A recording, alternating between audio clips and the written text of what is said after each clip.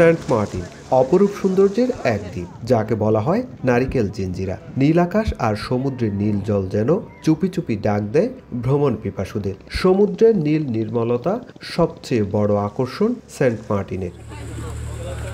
কিন্তু এ দ্বীপের চারপাশে পড়ে রয়েছে যত্রতত্র ময়লা আবর্জনা, বিশেষ করে বালিয়াড়িতে পড়ে রয়েছে পরিত্যক্ত প্লাস্টিক।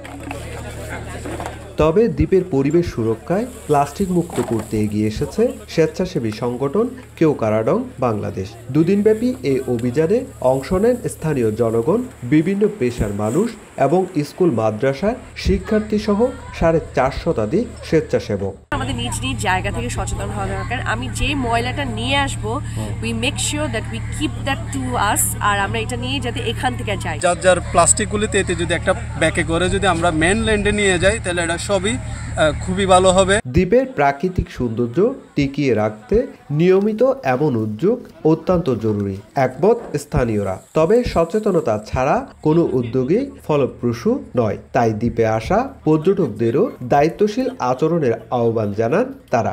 দ্বীপ সৌন্দর্য রক্ষা করতে হলে দ্বীপকে পরিষ্কার পরিচ্ছন্নতা রাখতে হবে। আপনারা যে যত্রতত্র প্লাস্টিক বা ময়লা পড়ে আছে, এগুলো আমরা ক্লিন করে নিব নিজ উদ্যোগে। স্বেচ্ছাসেবী সংগঠন কেউ কারাডংয়ের দাবি, দ্বীপকে রক্ষায় বর্জ্যের থাবা থামাতে সমন্বিত উদ্যোগী হতে পারে একমাত্র সমাধান। আমরা যে ধরনের ডেবরি পাই, সেখানে কোন প্রকারের ডেবরি থাকে সেটার একটা তালিকা করা হয়, যেটা আসলে পরবর্তীকালে এটাকে নিয়ে কাজ করা সম্ভব হয়, প্ল্যান করা যায়। দুদিনব্যাপী পরিচ্ছন্নতা অভিযানটি শেষ হয় শনিবার বিকেলে। অভিযানে 1850 কেজি বর্জ্য সরিয়ে নেয় স্বেচ্ছাসেবী সংগঠন কেউ কারাডং বাংলাদেশ।